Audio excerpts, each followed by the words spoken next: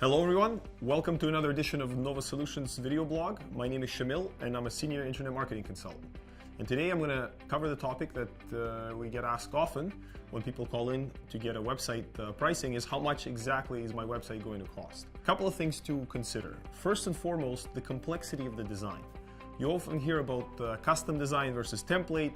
Nowadays, if you're building in WordPress, for example, the idea of a template is obsolete because people use themes or visual composer or softwares that allow them to essentially apply any design to a WordPress content management system. So question you want to ask yourself is how complicated your design is going to be. Are we talking about a service-based business where in reality you want to display who you are, what you do, and get them to press a button or fill out a form?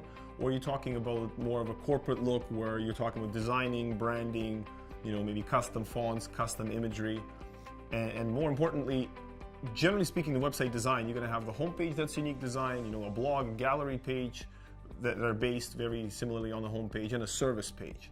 Having said that, we've done a number of websites, and web developers all over the world and web designers do it all the time, where every single internal page looks different based on the content it displays. I'm not talking about the same style, but I'm talking about completely different elements on each page. That obviously adds to the cost. In most cases, you don't need something like that, and all service pages have the same layout and more or less the same design. Second thing that I kind of mentioned is the content management system you're using. If you're using, something like WordPress or something a bit more complicated, that definitely plays a role in the pricing of the site. Another element is the database. A lot of times people call in and say, yeah, I want, for this action to happen on the website, for people to sign up, to get access to information.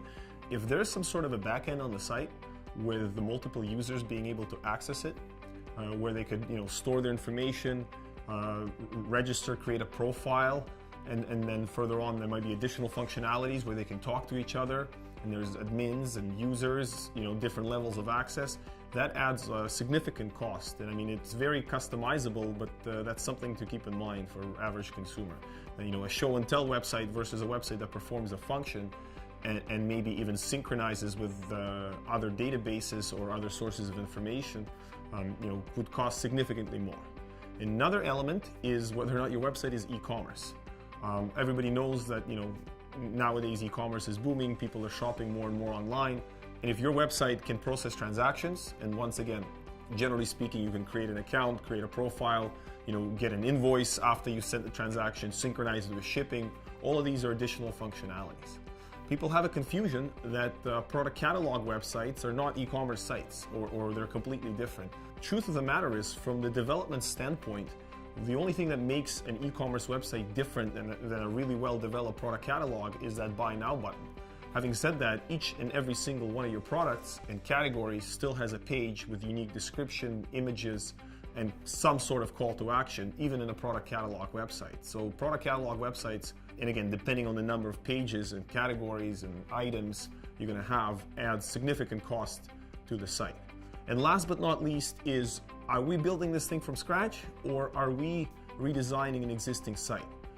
What I'm referring to is that if you have an existing website and you want to properly redesign the site, you can't just design a brand new site that substitute them, because you're going to lose SEO positions. You need to do proper redirects and proper reorganization of the website's content. So certain pages that you might deem as obsolete, or you think, oh, just delete it, you can't just do that. You're risking losing your search engine optimization positions. So you want to make sure that you have a proper plan of how to migrate a website and combine the old information that you had and kind of how to transfer it without getting any penalties from Google into the new design. And that takes a lot of planning and organization.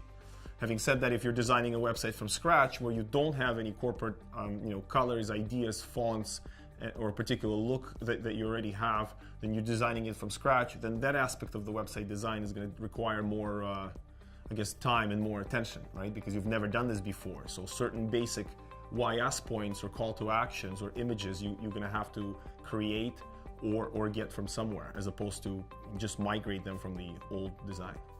Thank you for tuning in. This is it for today. Stay tuned. Don't forget to subscribe to our YouTube channel. And until next time.